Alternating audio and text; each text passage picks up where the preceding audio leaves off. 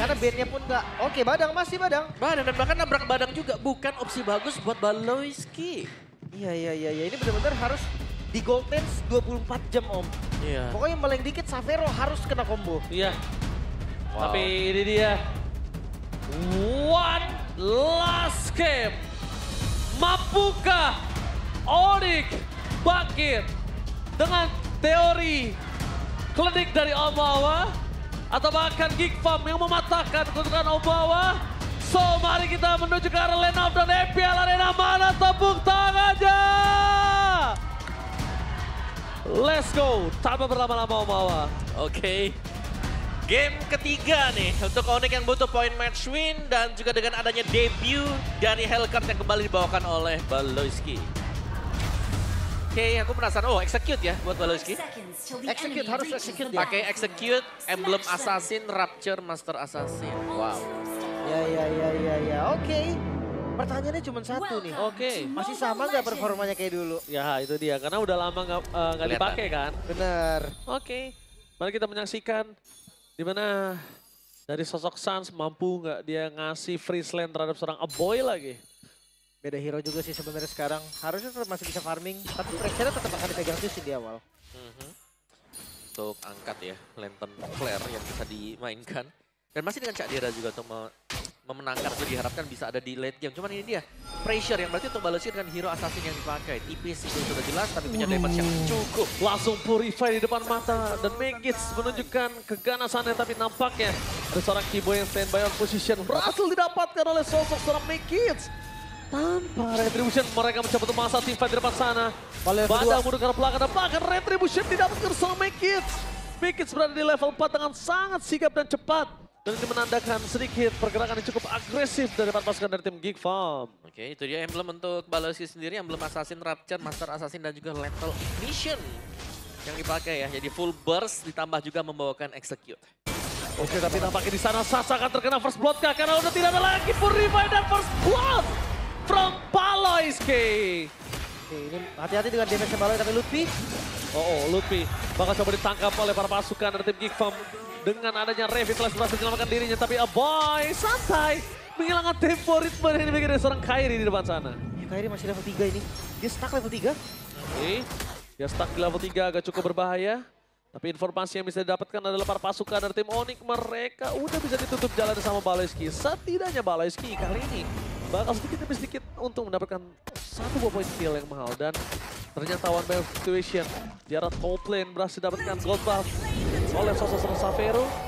Dan para pasukan dari tim Onyx akan coba dipasang. Gol! Tsunami Slam! Menuju ke seorang Kiboy yang belikan power defense sedikit terlambat. Dan membuat seorang Kairi kali ini mencoba untuk melawan sedikit berdansa. Memilih untuk mundur adalah sebuah jawaban. Tapi masih agak sedikit aman. miss ya. Itu dia. Dipaksakan sih lebih tepatnya tadi. Ketika udah gak kena dipaksa flicker lagi. Dan untuk follow up damage-nya juga belum sekuat itu di awal ini. Mungkin tadi karanya kalau ke Kairi dapat sih. Iya, kalau ke Kairi. Tapi tadi targetnya kan Kiboy. Iya, targetnya Kiboy sayang banget. Tapi lihat Fishcrack yang berhasil ditukar dengan 1 poin kill dan bahkan para pasukan dari tim Onyx. Kali ini mereka kehilangan Kiboy yang gak bisa mendominasi kembali. Dan sosok dari Baloyski berada di depan sana. Mencoba untuk mencari di mana Sans berada. Retribution di shot point. Menghindari kami Kairi. Masih ada jalan untuk pulang. Mencoba untuk mendapatkan seorang Kairi tapi terlalu lincah. Kancil dari seorang Kairi. Sakit banget tadi stingernya Om. Ya dari Baloy ya, yang memang execute dipakai, gak tumbang juga buat Kairi, tapi Baloyski harus hati-hati. Oh, dia nggak boleh sembarangan Hey, sih. Oh, kepetok, gak ada yang lihat dan bahkan tumbang Baloyski. Itu dia. Mencoba untuk dapetin 1 buah poin kill untuk seorang Kairi tapi sedikit terlambat. Itu dia. Masihkah di performa yang sama? Yeah. Karena range dari Hellcat-nya pun tadi kayaknya masih adaptasi ya dari Baloy. Kepetok makanya kan. Bodak teror ya tadi ya. Tapi ya, pick of play. Mereka masih punya Kalea juga untuk dibawakan nanti di game. Dan kita harus melihat bagaimana fungsional juga untuk Cak Dera nih yang memang masih sedang melakukan proses seperti ini. Jadi mungkin masih agak sedikit bertahan karena dari tadi juga yang diberikan bantuan itu ada di mid, di river dan juga di gold. Oke. Kita lihat di depan sana. Sosok seorang Kiboy akan coba dimakan kembali. Tsunami Slam akan menjadi sebuah jawaban yang sangat nikmat. Kembali dimakan setelah para pasukan dari tim Geek Fam tahu Kiboy masih nggak punya flicker. Ya, dan juga Abo yang berani untuk masuk ya. Arcane Shade, double Arcane. yang bisa agak sedikit mengurangi efek-efek stack yang diberikan dari Lantern Flare juga. Dan Lutfi-nya lawan Gobs ini akan menjadi duel yang cukup panjang. Tinggal melihat bagaimana proses pengambilan turtle juga. Lihat Ambonya berani banget. Ya dia punya face crack ya, bisa dibilang ya. Anti sisi ya. Anti sisi dia yang penting punya ada anti sisi, dia punya waktu untuk flicker, is okay, no problem. Setup dilakukan. Dari Kairi belum terlihat di mana posisinya, Lutfi mencoba zoning out, tapi di saat Darkness Pulse telah dikeluarkan mencari di mana Kairi berada. Oh, terlihat posisinya. Baloyski mencoba untuk bertahan, tapi ternyata untuk ke arah belakang ada sebuah jawaban. Membuat Make It memberikan damage yang besar, dan bahkan Lutfi di depan sana akan ada Fist Crack dan bakal berpasukan dari tim Onyx. Coba untuk memulihkan kembali ke arah 2 Fist Crack dan 1 poin ke atas. Make It gagal didapatkan oleh tim Onyx. Thanks to Gobs berhasil menyelamatkan Make It dan bahkan eksekutor kembali di tangan dari seorang Aboy. Wah, ini kerugian yang terlihat pasti dipegang oleh Onyx. Mereka kehilangan Lutfi dan sekarang setup turtle-nya bisa dijalankan secara lancar, free untuk Geekman. Itu hampir aja Make It tumbang loh. Gobs lagi-lagi nyelamatin dari seorang Make It di depan sana. Depan pasukan dari tim Onyx kali ini mereka kerugiannya sangat luar biasa. Lutfi yang menjadi badan itu kan bisa buat banyak. Lihat. Ya, Dreadnought Armor om, kembali jenjem yang gak akan puas. Ya benar-benar kepegang ya tadi untuk Lutfi juga. Dan Heptasis first, ingat ini akan menjadi roamer damager. Berarti akan ada lagi hidden striker untuk Geekman.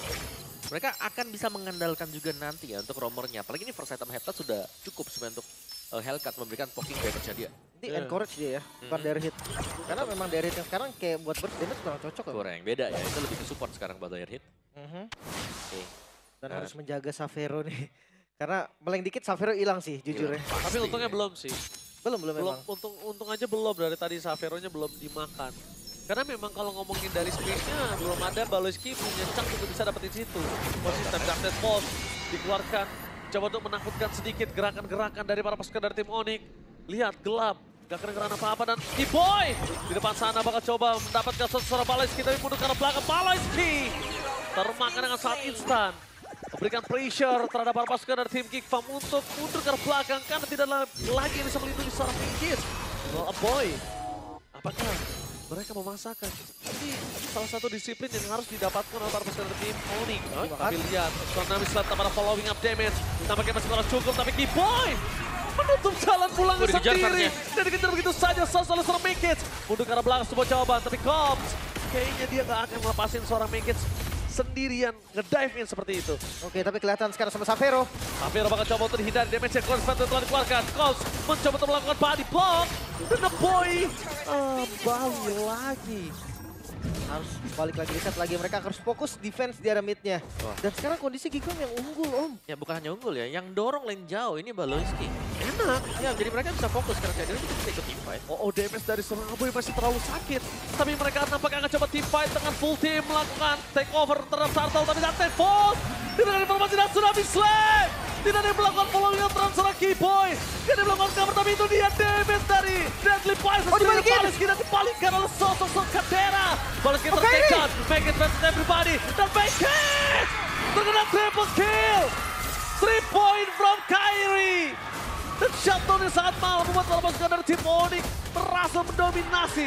Sedangkan Caldera satu-satunya yang selamat dari pertumpahan darah di area top lane. Wah, membuang skill ke arah Lutfi tadi bukan menjadi solusi yang baik. Tapi Outbreak of Destruction? Kayaknya nggak berani. No, enggak. Nggak berani. Sangat ditunggu juga tadi ya untuk momennya. Dan teamfight yang sekiranya hampir bisa digunakan untuk Geek tadi ternyata. Dibalikan langsung juga dengan adanya triple untuk Kairi. Belum tumbang sama sekali. Objektif didapatkan juga untuk Kairi. Onyx sangat-sangat Baloynya unggul. dicari, Baloynya dikejar. Bahkan sampai Darkness Pulse dikeluarkan begitu saja untuk mencari di mana Baloy berada. Ini bermain kucing-kucingan, tapi 1 berbanding 4. Yep. Ini gak bisa sama sekali juga untuk Baloy ya. Kayak mismove dari Baloy akan ada punishment, terangkat lantern dan terkena fist break. Jadi better mungkin untuk mencari angle yang lebih bagus nantinya untuk Baloy. Agar bisa masuknya enak memberikan deadly poison stick. Harus nahan banget sih om. Yep. Kayak bener-bener nahan banget incer Savero. Mungkin kalau ngomongin tumbang belum tentu, tapi seenggaknya damage-nya bisa masuk dan game fact by GoPay. Baloyski adalah satu-satunya pemain MPL ID yang berhasil meraih kemenangan dengan Hellcat Roamer dengan total 7 kali pick dan win 71%. Wah, Tinggi. tapi nggak 100 sebenarnya sih. Maksudnya ada beberapa yang kalah juga. Tapi itu seberapa gitu ya. Iya, tapi lihat di depan sana Aboy memaksa Crimson Dragon untuk dirinya sendiri. Tapi damage terlalu besar dari seorang Savero dan gol! berhasil mendapatkan satu. Bahkan ada masalah Luffy terkena damage dari sosok dari turret. Tidak bisa dibentuk kembali, Sans akan menjadi target utama, tapi Baloyski masih belum terlihat batang hidungnya. Akhirnya kecium oleh seorang Keyboy. Masih lumayan terasa dan Kairi. Wah, Kadera. gila. Oh my god. Kairi personal nampaknya dengan seorang Kadera. Ditungguin begitu saja dan akhirnya meledak dari sosok seorang Kadera. Meanwhile di Aboy. mid lane, Aboy udah gak ada jalan lagi. Tidak bisa terlalu lama. Untung aja Sans masih siap dan standby dengan Crimson Beacon. Jadi dia tetap bisa mengeksekusi pergerakan dari seorang Aboy. Wow, Onyx membalikan semuanya om seketika. Iya, maju kembali tadi untuk Aboy-nya juga. Dengan adanya Lord yang terbuka juga Onyx, mereka bisa menuju ke Lord tersebut, tapi masih ada gangguan untuk Purple, di mana Mekis akan dipaksakan menggunakan Retribution. Kayaknya andai pakai pun ya udah om, tetap akan dilamain juga Lordnya dan gak mau. Mereka lebih milih untuk simpan retrinya buat kontes karena Lord. Ya, tapi mid turretnya akan coba untuk dijaga Gobs, masih bisa. Seharusnya untuk di-clear ya, last katapult di area mid. Lihat bagaimana Onyx mereka pegang untuk boost di depan dari Lord yang pertama ini. Lord ini jadi badan banget sih. Iya, absorb semua yang ada. Cuma itu doang bisa dilakukan lebih. Luis Vente, Balik. counter serang Aboy, Crimson Beacon. Di copy begitu saja, tapi Mekis masuk lebih dalam. Terlalu buru-buru. Membuat para pasukan dari tim Onyx Exo mendapatkan satu Lord dan satu Spirit of Distraction yang miss.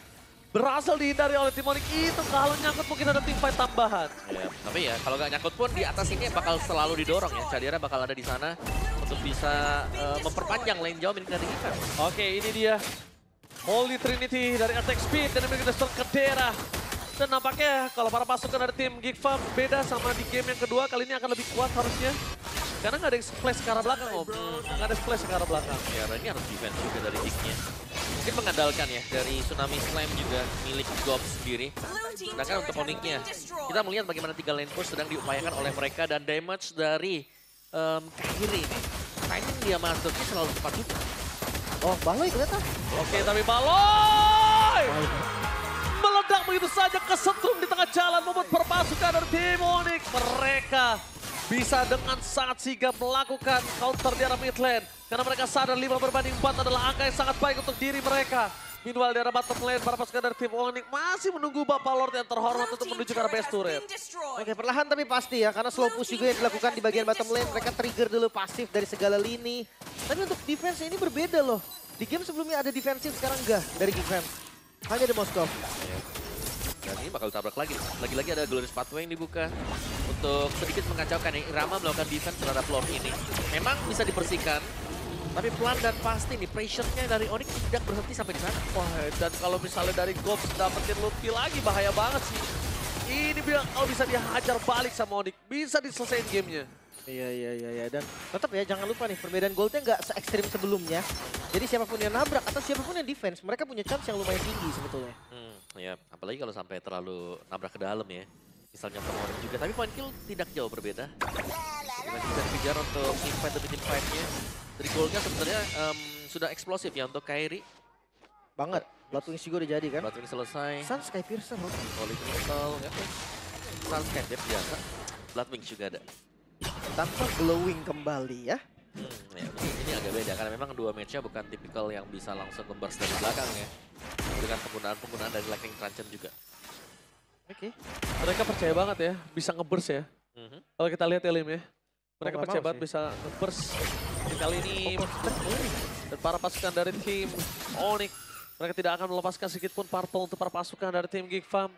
Tapi informasi yang mereka masih belum tahu, Baloy ini nggak keluar sama sekali, belum tercium sedikit pun di mana Baloy berada. Ya, kemungkinan besar Baloy akan menjalankan yang jauh. Uduh, sakit banget Savero. Gila. Dan bahkan Gop! Kali ini masih bisa dihindar dengan adanya Purify, tapi meanwhile Aboy! Flanking game ini dilakukan Crimson Beacon semaksimal mungkin coba dilakukan, tapi lihat di arah belakang sana Baloyski. Targetingnya cukup miss, menargetkan ke arah seorang Sos, tapi nampaknya gagal karena Kairi berhasil menyelamatkan kawannya. 3 point ini didapatkan oleh seorang Kairi, membuat para pasukan dari tim Geek porak-poranda. Kairi langsung respon ke arah Sans tadi, lihat gak? Dia langsung tarik mundur. Dia nggak maju lebih dalam lagi, dia langsung putar arah damage-nya. Sekarang 2 melawan 5 nih. Masih ada defensive high ground juga, ada Cadera dan Onyx. Sepertinya mereka memilih untuk mengambil Lord. Ya, lebih aman ya untuk pengambilan dari Lord juga. Dan ini sangat-sangat clear untuk Lord. Karena kalaupun Gobs ada sendirian tanpa follow up, ini Gobs akan tumbang secara cuma-cuma. Dia harus kembali lagi ke belakang. Betul banget. Dan kali ini Spear of Distraction-nya sekalipun nyangkut ya. Menurut aku nggak bakal worth it juga sih. Nggak bakal worth it sama sekali untuk bisa mendapat. Oh, Oki Boy. Terlihat posisinya, Gobs. No, enggak. Untuk masih terlalu jauh ya. Gak ada flicker juga. Iya. Mungkin kalau ada tadi bisa dipaksakan, seenggaknya jadi ada 4 lawan 5 kan. Ketika lagi defense dari Lordnya. Dan balik lagi ini perbedaan Gold yang sebenarnya gak se-ekstrim game sebelumnya. Yep. Gigfa masih punya chance. Oke, Masih kuat lah nahannya, Om. ya tapi gignya juga mereka harus calculate. Bagaimana cara ketika kita melihat tadi, Baloyski memang sudah ada di bagian belakang.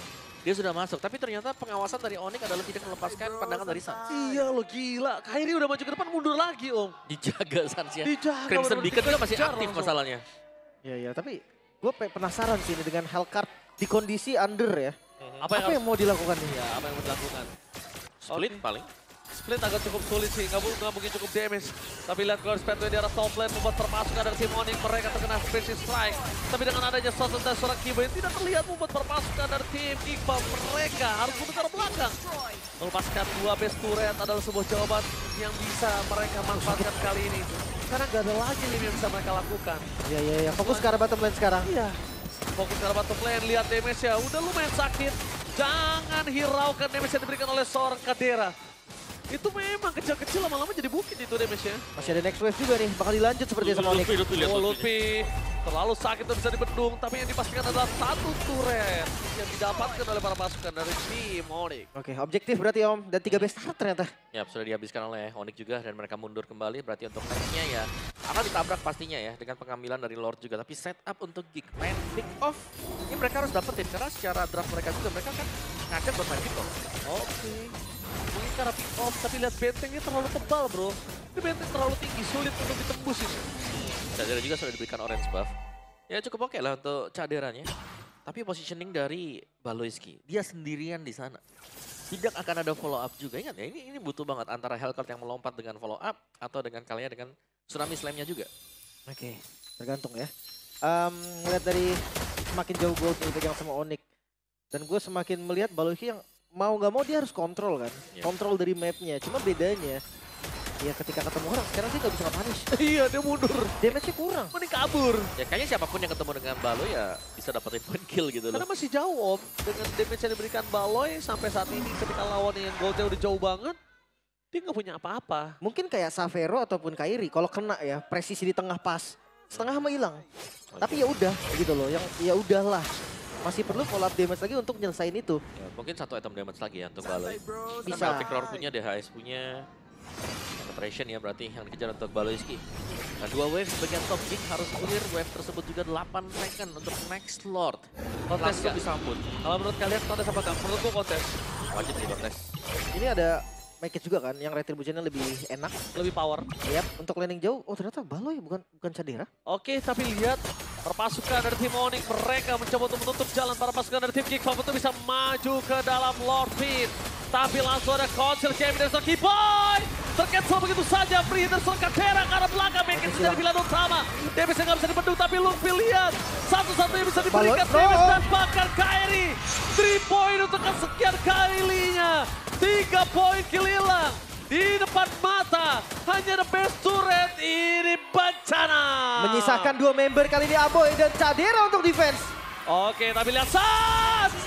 Langsung terkena damage. Terlalu besar yang bisa diberikan seorang Kadera. Free dari belakang udah tidak ada lagi purify membuat para pasukan dari tim Onyx. Kali ini mereka mencoba mendapatkan seorang Kadera. Fokus karena best turret. Gak boleh apa terjadi tapi Savero. Weapon! Sam dan